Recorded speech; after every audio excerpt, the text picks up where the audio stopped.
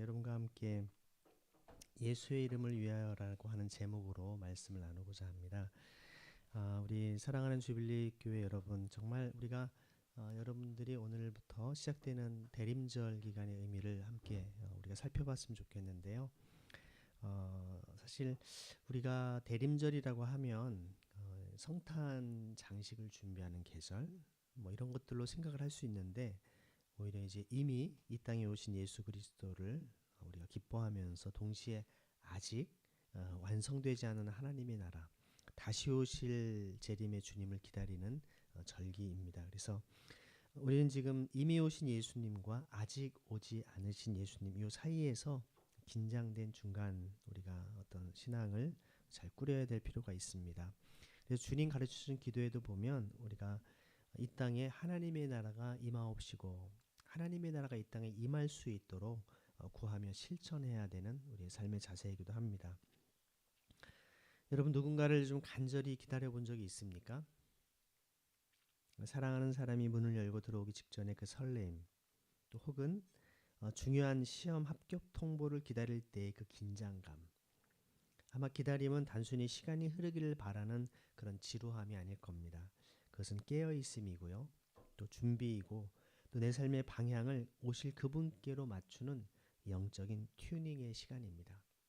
오늘 전사님도 그랬지만 어제 우리 양성훈 전사님께서 연세대학교 백주년 기념관에서 하셨던 그 연세 남성합창단 오비 연주회에서도 모든 분들이 항상 이렇게 악기를 가지고 나올 때 보면 딱 어떤 음을 딱 하나 치면 다 현들을 이렇게 튜닝을 하거든요. 마찬가지로 이렇게 노래하는 합창단도 이렇게 겉으로 소리내지 않지만 피아노 음을 딱 하면 속으로 다 그 음을 튜닝을 합니다. 우리의 모든 어떤 아름다운 하모니, 화음을 만들어내기 위해서는 그런 튜닝 시간이 필요하죠. 대림절의 기다림도 그렇습니다. 그냥 성탄절이 빨리 오면 좋겠다, 메리 크리스마스, 화이트 크리스마스, 사람들은 이걸 더 어떤 사업적인 수단으로 많이 활용을 하겠지만, 우리는 내 삶의 방향을 오실 그분께 맞추는 영적 튜닝의 시간입니다. 내 마음과 생각과 삶의 우선순위를 다시 오실 주님께 똑바로 맞추는 그런 기간이라고 볼 수 있죠.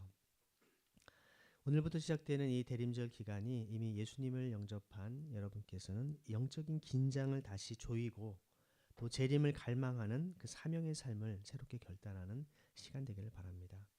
하지만 아직 예수님을 인격적으로 알지 못한 분들께서는 2000년 전 우리를 위해 이 땅에 오신 그 사랑의 주님께서 여러분의 마음의 문을 두드리고 계시는 소리를 듣는 은혜의 시간이 되기를 소망합니다.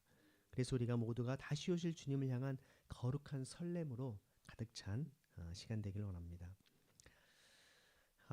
우리가 읽은 그 사도행전 5장 33절에서 42절 말씀은요, 바로 이런 대림절적인 삶, 다시 오실 주님을 기다리는 이 성도는 이 땅에서 어떤 태도로 살아가야 되는가를 매우 구체적으로 보여주고 있습니다. 그 기다림의 어떤 태도를 함께 배우고자 하는데요, 우리가 먼저 이 33절 말씀을 먼저 좀 자세히 보면서 여기 앞에 있죠. 네. 한번 33절을 읽어보겠습니다. 이 말을 들은 사람들은 가슴을 도려낸 듯이 몹시 화가 나서 사도들을 없애버리고자 했다. 여기에서 이 말이라고 하는 것은요, 직전에 우리가 지지난주에 제 설교를 통해 말씀드렸죠. 베드로가 공의 앞에서 했던 선포입니다. 뭐라고 했습니까? 바로 여러분이 손으로 예수를 십자가에 나무에 매달아 죽였다라고 선언을 한 것입니다. 제가 지난번에 말씀드린 대로 예수님을 죽인 그 당시의 종교 지도자들, 그 당시 로마 병정, 민중들, 그들만이 아니라 여러분, 우리 각자가 예수님을 십자가에 못 박아 죽였다라는 사실을 온전히 깨닫지 못한다면 우리 역시도 하나님의 구원과는 거리가 멀다라고 말씀드렸습니다. 하지만 하나님께서 그분을 다시 살리셨고 하나님 우편에 높이 올리셨다라고 하는 담대한 복음 선포를 한 것입니다. 여기에 대해서 이 말을 들은 사람들은 아주 굉장히 정말 몹시 화가 났다라고 가슴을 도려내듯이 원문 번역을 잘했습니다. 이게 디에프리온토라고 하는 이 헬라어 단어를 보면 톱으로 켜지다, 톱으로 잘려나가는 것처럼 마음이 찢기다, 그런 뜻입니다. 즉 베드로의 설교를 들은 그들의 마음이 깊이 찔렸다라는 겁니다. 말씀은 여러분 심장을 찌르는 칼이 됩니다. 우리 폐부를, 우리 관절과 찔러 쪼개기까지 한다라고 말씀을 하고 있지 않습니까? 문제는 그 반응입니다. 사도행전 2장에서 보면 사람들이 베드로의 설교를 듣고서 마음이 찔려서 37절에 나오거든요. 2장 30절에 회개하면서 우리가 어찌할꼬 했습니다. 그런 반응과 달리 오늘 본문에서 공의의 지도자들은 이런 회개가 아니라 죽이고자 하는 살의로 반응합니다. 완전한 적개심, 분노, 증오, 죽이고자 하는 마음으로 지금 나타난 것입니다. 같은 복음, 같은 말씀 앞에서 어떤 이들은 무릎을 꿇고 어떤 이들은 칼을 듭니다. 죄를 지적받을 때 겸손히 자신을 낮추는 사람은 회개로 나아갑니다. 하지만 교만한 사람은 그 말을 한 사람을 오히려 없애버리라고 하는 것이죠.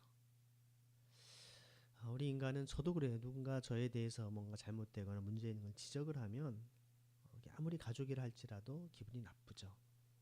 네. 그냥 좋게만 얘기하면 좋겠는데 그럴 때 그 말을 받아들이고 예 하고 그것을 정말 고치려고 노력할 수 있는 사람은 참 성숙한 사람입니다. 하지만 대부분 특히 여러분처럼 젊은 시절에 그런 얘기는 바로 그냥 욱하고 화가 올라올 경우들이 많습니다. 겸손한 마음, 그것은 누가 얘기를 하더라도 그 말을 듣고 나의 그런 모습이 있구나 라고 하는 그런 자세일 것입니다. 33절은 바로 이 인간의 마음이 두 가지 반응을 적나라하게 보여준 것입니다. 사도들은 일제 실제적인 죽음 위기 앞에 서 있습니다. 단순한 협박이 아니라 지금 유대아 최고 회의라고 계속 표현되어 있지 않습니까? 이 어떤 사내들인 공회라고 하는 이곳에서 단순한 협박이 아니라 즉시 사형, 집행이 될 수도 있는 절체절명의 순간입니다. 적어도 종교적인 명분으로 돌로 쳐 죽일 수 있는 상황이라는 것이죠. 그런데 전혀 예상치 못한 인물이 오늘 등장합니다. 34절 읽어보겠습니다. 그런데 유대야 최고의회 자리에서 어떤 사람이 일어났다. 그는 바리새파 사람으로 이름은 가말리엘이었다. 율법 선생으로 온 백성에게 존경받는 사람이었다. 그가 명령하여 끌려온 이 사람들을 잠깐 동안 밖에 나가 있게 했다. 가말리엘이라는 사람인데요. 이분은 단순한 한 의원이 아니라 모든 백성에게 존경을 받는 율법 교사였다라고 표현되어 있습니다. 그러니까 유대의 어떤 바리새파의 유명한 학자가 있었는데 어떤 그 학파가 있었는데 그 힐렐 학파라고 있습니다. 엄격한 율법을 준수해야 된다라고 하는 거기에 거장이 바로 여기 나오는 가말리엘입니다. 유대인 전승에 따르면요, 랍비 가말리엘이 죽자 율법의 영광이 함께 사라졌다라는 말이 남을 정도로 당대 율법 해석의 최고 권위자였습니다. 나중에 사도 바울은 자신의 이력을 소개할 때 사도행전 22장 3절에 그렇게 얘기합니다. 나는 가말리엘의 문화에서 철저히 율법 교육을 받았다라고 얘기하죠. 사실 사도 바울도 이 가말리엘과 제자였다라는 것이죠. 요즘으로 표현하면 세계적인 신학자, 유명한 신학자 밑에서 아주 배운 제자라는 그런 표현입니다. 그러니까 바울도 회심한 바울도 이 가말리엘을 언급할 정도로 굉장히 중요한 인물인데요. 여러분이 여기에서 한 가지 그 구도를 좀 생각해 보시면 이 사내들인 공의회는 약 70명 정도가 모여 있는 우리는 국회와 같은 곳입니다. 그러니까 유대 사회는 여러분 정교 일치의 사회였기 때문에 종교 지도자들이 실제 정치적인 지도자이기도 했습니다. 근데 그 당시 예수님 당시에 사내들인 공의 대다수를 누가 차지했냐면 여당이 바로 사두개파 사람들입니다. 이 사람들은 부활이나 어떤 영적인 천사나 이런 것이 없다라고 하는 사람들이었고요. 반면에 소수파이지만 많은 민중들에게 존경을 받고 또 실제 민중들에게 율법 교사로 역할했던 사람들이 바리새파 사람들입니다. 그러니까 수적으로 볼 때는 굉장히 소수였지만 이 가말리엘의 어떤 인품과 그의 가르침, 학문적 탁월함 때문에 모든 사람들이 그 말을 듣는 일이 일어나는 것이죠. 흥미로운 것은 하나님께서 사도들을 구하실 때 교회 안에 누군가가 아니라 오히려 지금 사도들을 죽이려고 하는 적대 진영의 최고 인물 하나를 사용하셨다는 것입니다. 바울도 그런 인물이었죠, 사실. 가말리엘은 사도들을 잠시 내보낸 후에 이렇게 얘기를 합니다. 35절 함께 읽겠습니다. 그리고는 유대아 최고의회 의원들에게 말했다. 이 사람들에게 당장 어떻게 할지를 스스로 주의하세요. 그리고 36절과 37절의 과거의 두 가지 사례를 얘기합니다. 한 사람은 튜다라고 하는 옛날 드다라고 번역되어 있었는데요. 스스로 큰 인물이라 해서 몇백 명을 모았지만 그가 죽으니까 흩어졌다라는 겁니다. 갈리아의 유다도 민중을 선동했지만 결국에는 그도 사실은 다 사람들이 뿔뿔이 흩어졌다라는 것입니다. 이러한 근거를 통해서 가말리엘은 두 가지 중요한 결론을 내립니다. 38절인데 읽겠습니다. 시작. 그러므로 현재 일에 대해 여러분에게 말씀드립니다. 이 사람들에게서 물러서세요. 그들을 내버려 두세요. 이 계획이나 이 일이 사람한테서 온 것이라면 망하고 말 것이기 때문입니다. 굉장히 이러한 참 지혜로운 대답을 한 것입니다. 사람한테 온 것이면 다 망할 것이라는 겁니다. 반면에 39절 뭐라고 합니까? 읽습니다. 그러나 하나님께로부터 온 것이라면 여러분이 그들을 멈추게 할 수 없을 것입니다. 여기까지요. 자, 보면 가말리엘의 논리는 신학적으로는 완전 무결한 어떤 교리 선언이라기보다는요. 현실 정치와 신앙을 섞은 현명한 정치적 조언에 가깝습니다. 요즘 현대적으로 표현하면 정무적 판단이라고 얘기를 하죠. 여러 상황을 보고서. 그러나 그 입술을 통해서 하나님께서 이루시고자 하는 또 계획하신 일을 놀랍고도 정확하게 그는 진실하고 있습니다.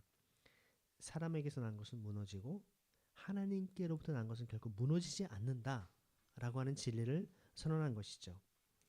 사실 대림절을 살아가는 우리에게 이 말씀은 큰 위로입니다. 세상이 교회를 공격하고 또 진리의 말씀을 막으려고 하고 또 신앙을 조롱하는 일이 있어도 하나님이 시작하신 일은 어떤 세력으로도 어떤 권력으로도 무너뜨릴 수 없다는 것입니다. 믿으십니까, 여러분?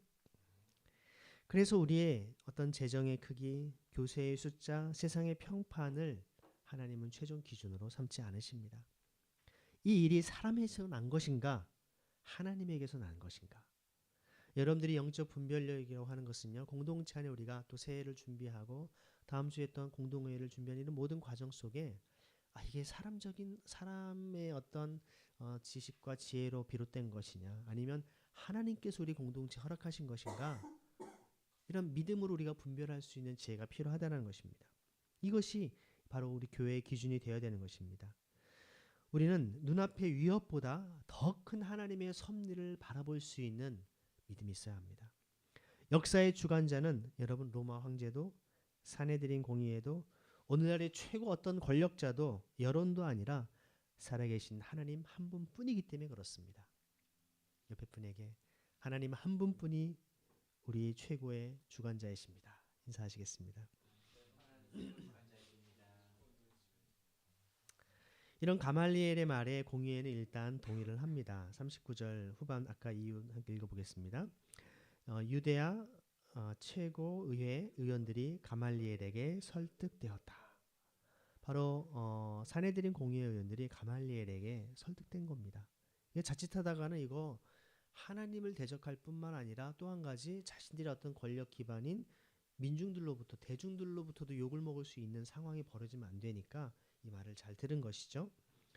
자, 그래서 그들이 이제 사도들을 이제 어떻게 하기로 하냐면요. 40절 함께 읽겠습니다. 시작. 그래서 그들이 사도들을 가까이 불러서 매질한 뒤에 명령하기를 예수의 이름을 대면서 말하지 말라고 했다. 그러고는 풀어주었다. 여기에서 여러분 매질이라고 한 단어는요. 단순한 경고성 어떤 채찍질이 아닙니다. 유대 율법이 허용한 최대 형벌인 40에서 하나를 감한 매를 가리킵니다. 그럼 몇 대를 맞았다는 얘기인가요? 39대입니다. 그러니까 원래는 40대까지인데 이 사람이 숫자를 쉬다 보면 하나 실수를 할 수 있죠. 그러면 이게 법이 어떻게 되어 있었냐면 만약에 41대로 넘어가면 그 40대까지 허용했는데 이걸 지키지 못한 그 매질한 사람이 그걸 다시 맞는 그런 법이 있다 보니까 실제로 항상 하나를 감한 39대까지 때렸던 것입니다. 여러분 어떤 가죽끈에 뼈조각과 쇠붙이를 붙여서 했던 것이 로마식 채찍입니다. 한 번 내리치면 살이 찢기고 피가 터져 나옵니다. 예수님이 당하셨던 그런 채찍질이 바로 이런 것이었죠. 사도들은 사실 여러분 피범벅이 된 상태입니다. 여러분 한 대만 맞아도 그런 건데 약 39대를 맞은 것이죠. 그런 상태로 공의에 나왔습니다. 그런데 우리를 정말 놀랍게 하는 것이 바로 오늘 41절 말씀입니다. 다시 한번 읽겠습니다. 그래서 사도들은 유대야 최고회의가 보는 앞에서 기뻐하면서 떠나갔다. 자기들이 그 이름을 위해 모욕받을 만한 가치가 있는 사람으로 여겨졌기 때문이다. 여기서 몇 가지 중요한 표현을 한번 살펴보고자 합니다. 첫 번째로 그들이 모욕받을 만한 가치 있는 사람으로 여겨졌다라고 얘기를 하죠. 여기에 보면 헬라어로 카텍시오 테산이라는 단어가 있는데요. 자격이 있다고 여김을 받다. 값어치 있는 사람으로 인정받다라고 하는 그런 뜻인데요. 사도들은 우리가 감히 예수의 이름 때문에 모욕당할 자격이 있는 사람으로 하나님께 인정을 받았습니다. 라고 이해한 것입니다. 고난을 그들은 벌로 여긴 것이 아니라 영광과 특권으로 본 것이죠.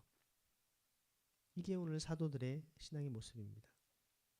예수님 때문에 그들은 그런 모진 채찍질을 당했는데 오히려 그들은 기뻐하면서 떠나가는 그런 참으로 이해할 수 없는 일이 벌어진 것입니다. 두 번째는 무엇 때문에?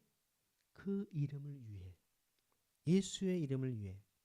오늘 제가 말씀 제목을 예수의 이름을 위하여 라고 제가 정한 바로 이 부분 때문에 정한 것입니다. 그 이름을 위하여, 그 이름을 대신하여. 여기에 보면 휘페르투 오노마토스라고 하는 단어는 바로 그 이름을 위하여, 그 이름을 대신하여 그런 뜻이거든요. 단순히 예수 때문에 억울하게 당했다가 아니라 그 이름을 위해 기꺼이 대신해서 짊어졌다라고 하는 능동적이고 헌신적인 뉘앙스가 풍기는 단어입니다. 여기서 우리는 사도들의 신앙이 예수 때문에 신앙에서 예수의 이름을 위하여의 신앙으로 완전히 바뀌었음을 봅니다. Because of Jesus가 아니라 For the name of Jesus. 때문에가 아니라 위하여로 바뀌었다라는 것이죠. 예수님이 십자가를 지시기 이전에 제자들은 어떠했습니까? 여종의 한마디 말에 두려워서 나는 그 사람을 알지 못한다라고 저주하면서까지 맹세했던 베드로였습니다. 예수님이 잡히시니까 다 도망쳤던 제자들이었습니다. 십자가 아래에서 끝까지 남았던 제자는 거의 없다고 해도 과언이 아니었죠. 그야말로 비겁하고 비열하고 아주 참으로 어처구니 없는 배신자들이었습니다. 적어도 주님과 함께 3년 이상을 지냈다면 최후 마지막 고통당하는 그 현장에 같이 강력하게 항변이라도 하든지 이거는 아닙니다. 저분이 뭔가 저렇게 죽을 만한 짓을 무슨 짓을 했다고 그럽니까 하면서 뭔가 강력하게 외친 사람들이 있었어야 되는데 어느 누구도 그런 얘기를 하지 못했죠. 거꾸로는 그만큼 그 당시의 분위기와 종교적 로마 제국의 혹독한 통치가 있었음을 우리에게 보여주는 사건이기도 합니다. 그런데 지금은 어떻습니까? 똑같은 공의 앞에, 똑같은 사내들인 의원들 앞에서, 같은 위협과 위기 앞에서 그들은 조금도 주저하지 않고 복음을 선포했습니다. 당신들이 바로 예수를 당신들의 손으로 십자가 못 박혀 죽였다라고 우리 그들을 정죄하는 듯한, 당신들이 바로 죄값을 치러야 된다고 하는 듯한 그런 아주 그들이 칼에 찔리듯이 엄청난 정말 모욕을 느낄 정도의 발언들을 하고 있지 않습니까?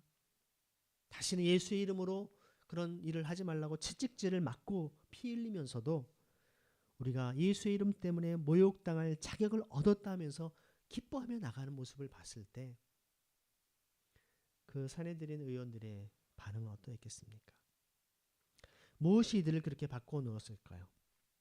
부활하신 예수 그리스도와의 만남, 그리고 성령 강림 사건이 그들을 변화시켰을 것입니다. 그들은 이제 압니다. 예수님이 당하신 십자가의 고난이 실패가 아니라 영광의 길이었다라는 것을, 그리고 그 길을 따라 걷는 것이 예수 믿는 자에게 주어진 최고의 영예라는 것을. 그래서 그들의 기쁨은 상황이 좋아져서 생긴 감정이 아니라 주님이 받으셨던 그 십자가의 고난에, 그 채찍질에 그들도 동참하게 되었다라는, 그 하나 되었다라는 확신에서 나오는 기쁨입니다. 주님이 받으신 그 길에 우리도 조금이나 동참하게 되었다라고 하는 그 깊은 감사와 감격이었던 것입니다. 단순히 고난을 참아낸 것이 아닙니다. 그들은 자신들이 감히 주님을 위해 고난 받을 수 있는 자격을 인정받았다는 사실에 감격한 것이죠. 세상의 명예 훈장을 받은 것이 아니라 예수님의 흔적, 스티그마라고 하는 예수님의 흔적을 몸에 지니게 된 것을 최고의 영광으로 여겼던 것입니다. 여러분에게는 예수님의 흔적이 있으십니까? 이것은 어쩔 수 없이 수동적으로 당하는 고난이 아니라 사랑하기 때문에 능동적으로 짊어지는 십자가입니다. 지난주 중에 홍콩에서 일어난 화재 대참사를 보면서 참으로 너무 안타까운 일이 벌어졌죠. 대나무로 이렇게 한 것이라든지 이런 모든 공사 방법이 나라마다 또 지역마다 특색이 있으니까 그것은 뭐라 할 수 없겠지만 어찌됐든 그런 위험한 상황에서 이 불이 다 번져가지고 대부분의 아파트가 다 전소돼 버리는, 거기에 있는 수백 명의 사람들이, 지금 집계된 사람은 128명이고요. 사망자가 또 그 외에 몇백 명이 더 지금 시신 수습을 해야 된다라고 얘기를 하고 있습니다. 아다시피 우리 주빌리 공동체 지체인 원서령 자매의 친구의 지인들 가족 5명의 일가족이 다 죽었다고 얘기하지 않습니까? 그야말로 몰살됐다라고 표현해도 과언이 아닐 정도로 이런 비참한 일이 우리가 살아가는 이 시대에 일어나고 있습니다.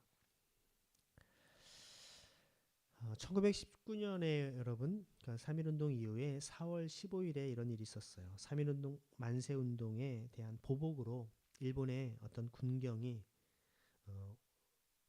그 당시에 수원군이었는데 오늘날 화성시입니다. 화성시 향락읍에 있는 제암리에서 감리교회인데 교인들을 다 예배를 교회에 어떤 교인을 다 모이라고 해서 모아놨습니다. 부녀자들을 포함해서 총 23명이 교회 안에 들어갔죠.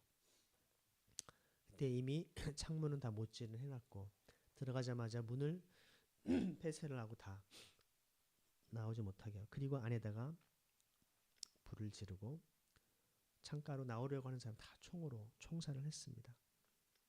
그야말로 23명이 모두가 다 불에 탄 것이죠. 그리고 또 다른 곳에 가서 또 천주교인들까지 또 학살을 한 그런 사건이 만행이 있었습니다. 이것을 선교사님 아무도 거기에 정말 조선 사람들은 접근도 하지 못하고 두려워서 잡히면 죽을까봐. 근데 선교사님께서 그 사실을 전 세계에 알리기도 했을 뿐만 아니라 그가 현장을 수습을 하는데 그 기록을 보니까 참 가슴 아픈 장면이 목격이 됐습니다. 대부분의 시신이 여러분 어디에서 발견됐을까요?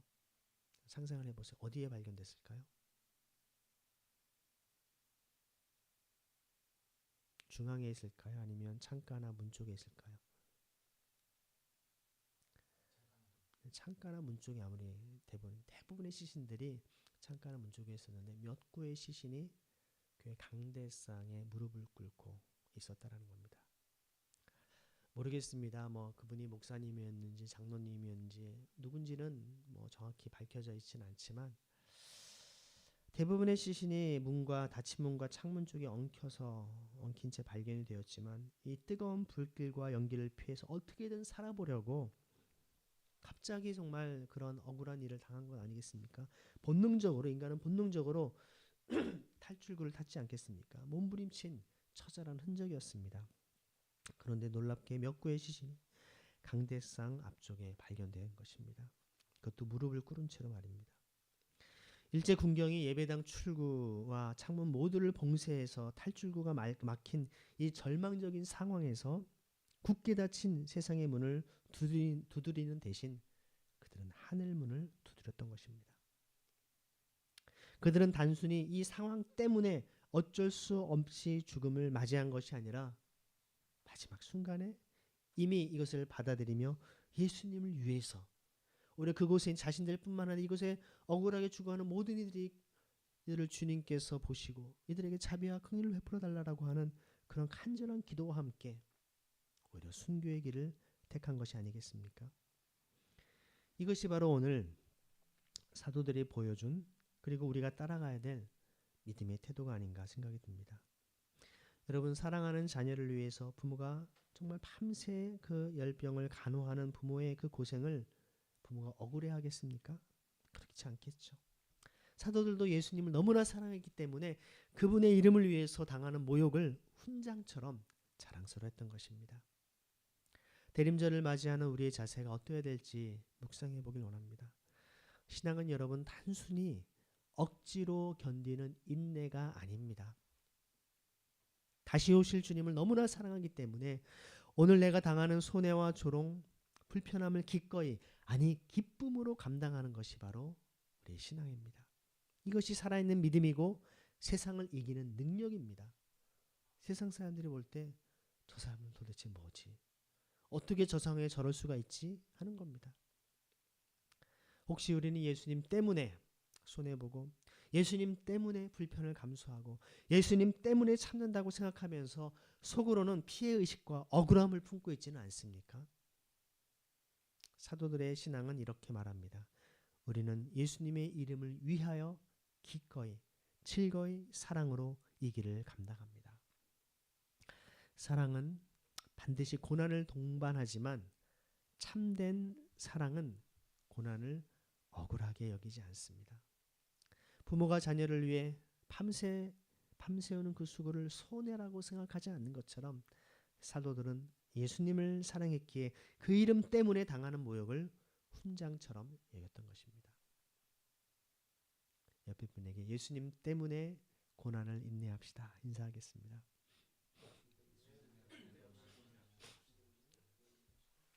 마지막 42절을 읽겠습니다. 사도들은 날마다 성전에서 또 집집에서 예수님이 그리스도라고 가르치기와 그 좋은 소식 전하기를 멈추지 않았다. 여기에서 세 가지 표현이 중요하게 나타납니다. 첫 번째는 날마다입니다. 날마다.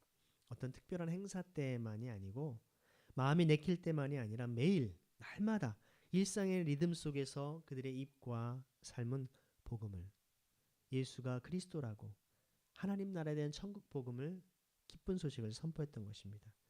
둘째는 또한 성전에서 또 집집에서라고 나와 있습니다.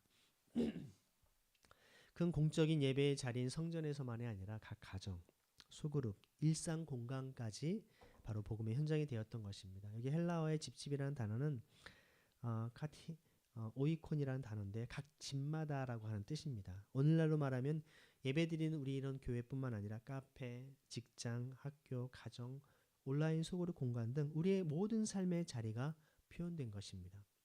세 번째는 이 가르치는 것을 전하는 것을 이게 사실 헬라어 원문을 보면 예수님이 그리스도라고 하는 것을 가르치고 전한다라고 하는 표현이거든요. 가르치고 전하는 것을 어떻게 했다는 겁니까? 멈추지 않았다. 멈추지 않았습니다. 이 멈추지 않았다라고 하는 뜻은 정말 채찍이 그들을 멈추지 못하게 했고요. 멈추지 못했고요. 협박이 그들의 입을 닫지 못했습니다. 고난은 그들의 사명을 꺼트리는 바람이 아니라 오히려 불꽃을 더 크게 만드는 바람이 되었던 것입니다. 채찍질도 협박도 죽음의 공포도 그들을 멈출 수 없었습니다. 예전 성경은 쉬지 않고라고 번역되어 있는데 쉬지 않고 멈추지 않고 예수께서 그리스도시라고 하는 것을 가르치고 전했던 것입니다. 이스라엘 백성이 그토록 기다리는 그리스도 그분이 바로 예수라고 전했던 것입니다. 이것이 바로 성령 충만한 대림절을 보내는 우리의 삶이 되어야 될 것입니다. 그래서 우리가 오늘부터 시작되는 대림절의 참된 기다림은 수동적인 기다려보기가 아니라 멈추지 않는 증언의 삶의 시작입니다. 주님이 다시 오실 것이라고 하는 말이 막연한 위로가 되지 않으려면 오늘 하루의 삶이 그분을 향한 사랑과 순종으로 채워져야 될 것입니다. 아직 예수님을 온전히 마음 가운데 모시지 못하고 깨닫지 못하는 분들이 있다면 그분의 이름을 소개하는 삶, 또 이미 예수님을 만난 우리가 주님의 다시 오심을 소망하면서 예수님의 이름을 위하여 기꺼이 손해를 감수하고 또 십자가를 지면서 삶의 현장에서 복음을 살아내는 것, 이것이 바로 우리의 진정한 기다림 아니겠습니까?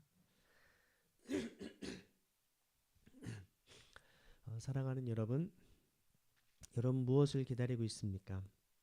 단순히 달력의 12월 25일을 기다리는 것이 아닙니다. 우리는 만왕의 왕이신 예수 그리스도를 기다립니다. 아직 예수님을 만나지 못한 분들이 계십니까? 사도들이 목숨을 걸고 기뻐하며 전했던 그 이름, 예수님을 주목하십시오. 예수님이 단지 우리에게 도덕과 좋은 교훈을 가르치는 분이 아니라 제자들의 인생을 완전히 바꾸어 놓으신 부활의 주님이심을 여러분들이 보시길 바랍니다.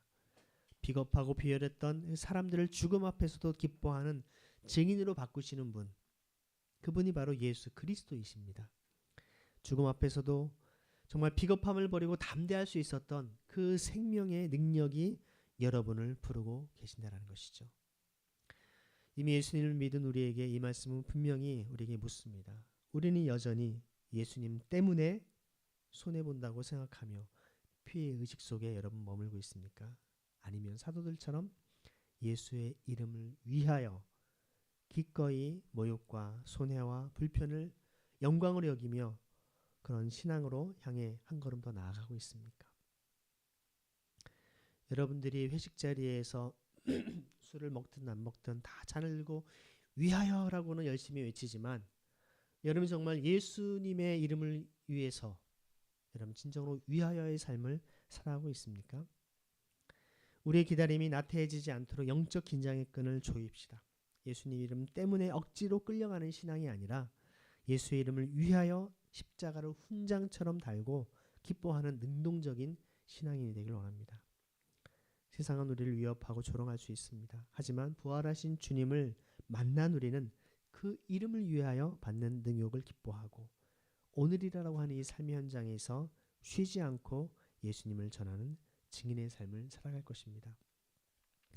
우리의 기다림을 새롭게 합시다. 이제 예수님 이름 때문에 끌려가는 신앙이 아니라 예수님의 이름을 위하여 십자가를 지고 따르는 신앙, 이 신앙으로 여러분의 가정과 일터 또 캠퍼스와 모든 삶의 현장 속에 자리마다 날마다 그리고 멈추지 않고 예수님이 그리스도이심을 전하는 거룩한 열정과 기쁨으로 가득한 부활의 증인으로 살아가는 여러분 모두에게 축원합니다.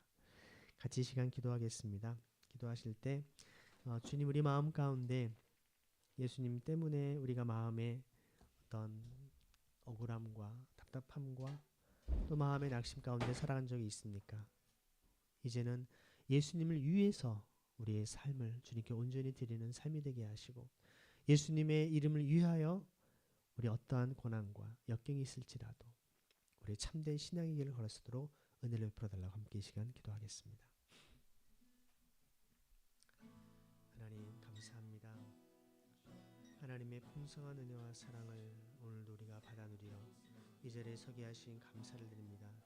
주님은 살아계시고 우리 가운데 진정한 예수님을 위하는 삶이 무엇인지를 깨달아 알게 하셔서 하늘의 풍성한 신앙과 사랑으로 우리에게 주님께서 베푸신 은혜와 사랑을 기억하여 믿음의 발걸음을 내디딜 수 있도록 인도하여 주옵소서. 날마다 주님과 동행하는 삶, 주님 때문에 우리가 어쩔 수 없이 살아가는 것이 아니라 주님을 위하여 주님이 너무나 사랑스럽고 너무나 주님이 귀하고 좋기에 우리가 정말 멈출 수 없는 그런 열정과 신앙으로 주님을 향한 온전한 믿음의 삶을 또 우리의 믿음의 고백을 예수 그리스도를 전하며 주님의 영광을 드러내는 삶이 되게 하여 주옵소서.